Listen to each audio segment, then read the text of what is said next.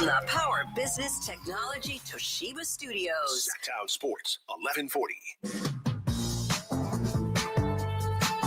Your home for Kings talk and so much more. Live and local. Allen Stiles on Sactown Sports. 12 o'clock on the dot. We are joined by Ryan Blackburn, who has joined us on the show before. Ryan covers the Denver Nuggets for Mile High Sports, also co-host Locked On Nuggets. Ryan, thank you so much for joining us. How's it going, Ryan? How is it going? Allen, I'm tired, man. Not gonna lie. It's been quite the 24 hours. To give a full breakdown, I was taking a nap when the news broke. Immediately roused from that, had to jump on 17 separate shows and write a whole bunch and kind of share some of the details that ultimately came out from Michael Malone and Calvin Booth being fired. A shocking way for this thing to go. Not that they were gone, but the timing of this 5 days before the regular season ended it's ludicrous, honestly. But yeah, clearly they felt internally, specifically Josh Kroenke, Stan Kroenke, and the ownership group, that this was the right way to go. And I guess we'll have to wait and see whether that's true. You know, it's crazy, Ryan, because out here in Sacramento, you had the Kings move on from Mike Brown. So that was we don't care about any success you've had. Hold my beverage. Then you had the Grizzlies say, we really don't care about any success you've had. Hold my beverage. And now you have the Nuggets saying, we are going to one up all of you. Once we moved on from Mike Brown, we heard some things about the locker room and situations, but we hadn't heard that much prior to it. The Kings were just losing games. He gets fired after a 5-game losing streak. And I think ownership wasn't really happy that the Kings didn't make the playoffs the previous year. How much had you heard about any Mike Malone drama prior to what happened yesterday? Heard a fair amount, not necessarily with like him specifically, but the dynamics between Michael Malone and Calvin Booth have been sort of on display in the background, but also in the forefront in Denver for the better part of 2 years. As the Nuggets won a championship in 2023, which is still crazy. It's crazy to say and crazy to think that here we are. Yep. Ever since that point, effectively, Calvin Booth has tried to get the Nuggets to go younger. He's put them in positions where they are developing a long-term vision, trying to maintain a good sort of amount of success and youth and talent around Nikola Jokic. And Michael Malone has fought against that pretty much at every turn, saying, hey, let's take advantage of the time that we have now. Nikola Jokic is the best player in the world, has been the best player in the world for, I don't know, maybe 5 years. And the fact that he has been that good, and Denver has had so many breakdowns in terms of health, roster. Last year, it was a mishap in Game 7. There's plenty of reasons to try to capitalize right now on the way that Jokic is playing, and kind of that pull and push and pull between present and future. It wasn't like Calvin was trying to not win a championship, but his vision was so different than the way that Michael Malone ran things. And you hear things behind the scenes about how they're not speaking to each other for long periods of time, how they are mad at each other, taking pot shots in the media, things like that. Just not a great sign, not a great situation for everybody to be. Talking to Ryan Blackburn, who covers the Nuggets for Mile High Sports.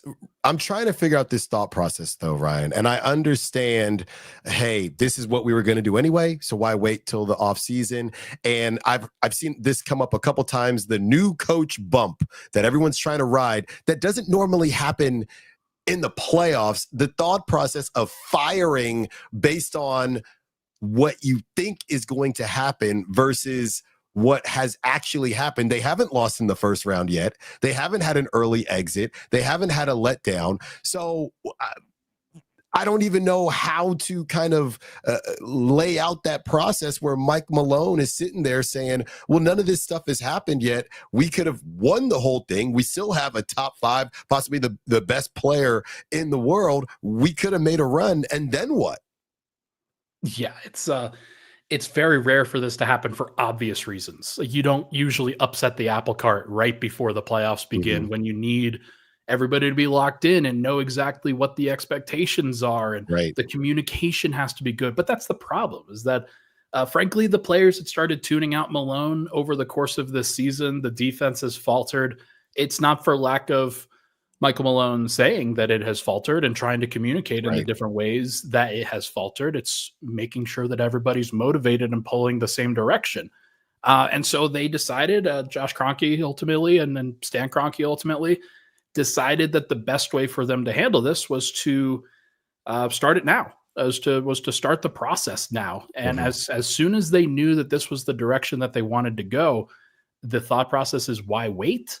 I'm not sure if I fully agree with that, but given that David Adelman, who's going to be the interim head coach, is a candidate for the long-term hiring in this case, they wanted to see how he handled this experience, whether his ability to communicate and get the point across to the team and run the situation, whether he could ultimately handle that. But I think they were just done with it, if I'm being honest. Yeah. So I've seen a couple things, Ryan, talking to Ryan Blackburn, who covers the Nuggets for Mile High Sports. I've seen that other players weren't a fan of how Michael Malone handled them, right? We played the sound yesterday. Some of these players are full of bleep. They don't watch film. So him holding certain players to a certain standard, but maybe not holding Nikola Jokic to the same standard. I've also seen reports saying this doesn't happen if Nikola Jokic doesn't sign off on it. So was Mike Malone giving Jokic a pass, and Jokic still said, get him out of here? I don't want him to give me a pass. What happened there with Jokic and Malone?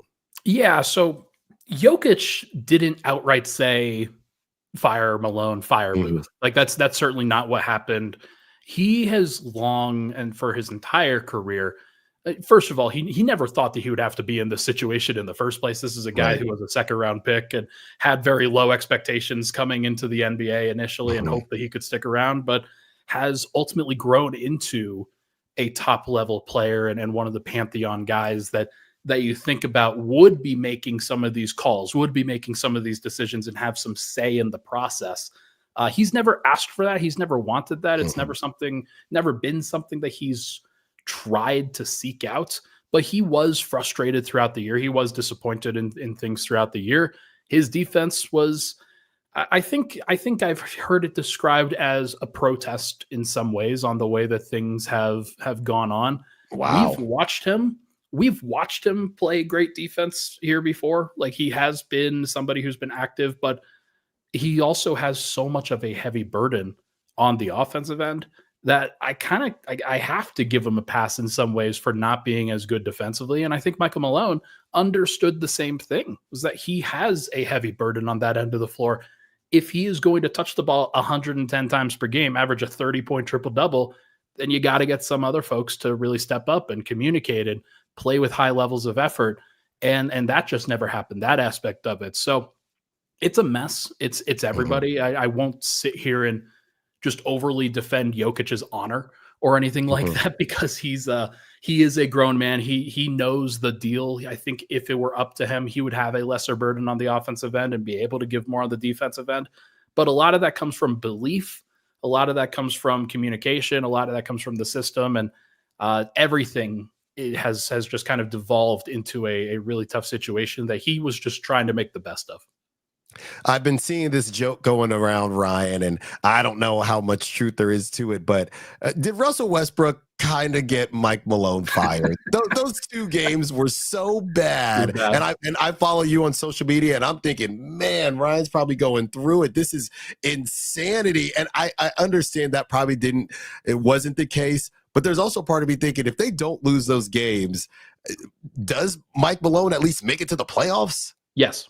Michael Malone makes it to the playoffs if they win the Minnesota Timberwolves game. I feel pretty comfortable saying that. Wow. It got bad, and that really was the death knell, and it's unfortunate because Russell Westbrook wasn't trying to miss a layup. He wasn't trying to foul a three-point shooter, but the fact that he did those things anyway, as a 17-year veteran, somebody in this league who just has to know that like you have to make those plays, especially if you're going to take a fast break layup on like in a situation where you're up one with 12 seconds left to go. Right. You just have to convert. Like it's just a requirement. And the fact that he wasn't able to, it's unfortunate. He is just such a lightning rod for all of this stuff, but he's just played worse in the second half of the season as well. And he's not playing as much with Nikola Jokic. The Russell Westbrook fans that I am constantly privy to have noted this ad nauseum, that the way that they are using Russell Westbrook is not the same way that they were using him earlier in the season. But you just have to find ways to adapt especially if you're a 17-year guy and you're the sixth man on a minimum contract. This is not a situation where you get to dictate, and he doesn't necessarily want this, but like, this is not a situation where you get to dictate how things go. It's how Jokic and Murray and Gordon and Porter play, not how you play and the way to use you. Ryan, one more before we get you out of here, talking to Ryan Blackburn, who covers the Nuggets for Mile High Sports. How important, because I'm going to tell you right now, Ryan, I feel pretty good about the Kings. They win a back-to-back against the Cavs and the Pistons. Don't know if we'll ever see that team again, but we saw them earlier this week, and it was great. So I feel better about the play-in as long as there are two teams that I need to stay their butts out of the play-in. One of them, the Denver Nuggets. How important is the win tonight for the Nuggets to stay out of the play-in? It would be wonderful if they could. I asked Nikola Jokic on Sunday what it would like, not what it would be like, but how they would approach potentially being in the play-in in a situation like that. And he's like, if don't really like that question. Totally get it. It's something that they have never had to really consider before. That's a fortunate thing for the Nuggets as a whole. But yeah, like they don't want to be any part of that. They would love to be, I think, if they had their druthers right now, they'd like to be the 6th seed and face either the Lakers or somebody of that. They probably don't want to face the Lakers, but they like to avoid the play-in if they can. They'd love to face, but the unfortunate reality of it is I think they'd love to face Houston or Memphis. Like those are the two teams in the first round that they would ideally like to face. And you're not going to face Houston unless you're the 7th seed anyway and in the play-in. So they will probably just try to win. They'll probably just try to get themselves back on track. I don't think they're really caring that much about seeding at all, as long as it's not in the play-in situation. And they're just going to try to reclaim what was initially a lost season with the idea that, hey, let's get a fresh voice in there. Let's revitalize things. Let's bring a little bit more energy and try to make the best of a bad situation. And who knows? This was the core that won a championship 2 years ago. So we'll see if they can flip some things around. Well, I'm torn, Ryan, because I feel good about the Kings, but I don't want the Nuggets in the play-in. So I want the Kings to win tonight, kind of, but I more so don't want the Nuggets in the play-in. So if the Kings have to lose tonight to keep the Nuggets out of the play-in, I think it might be a win-win for all parties involved. I'm telling you that right now. Fingers crossed, baby. Let's go. There you go. Ryan Blackburn, Mile High Sports, covers the Nuggets. Great stuff as always, Ryan. We will talk to you again soon. And hopefully it is not in a play-in situation. But if it is, at least we get to talk to you. Thanks again, man. Appreciate it, Allen. Have a good one. That was Ryan Blackburn, who covers the Nuggets for Mile High Sports. When we return,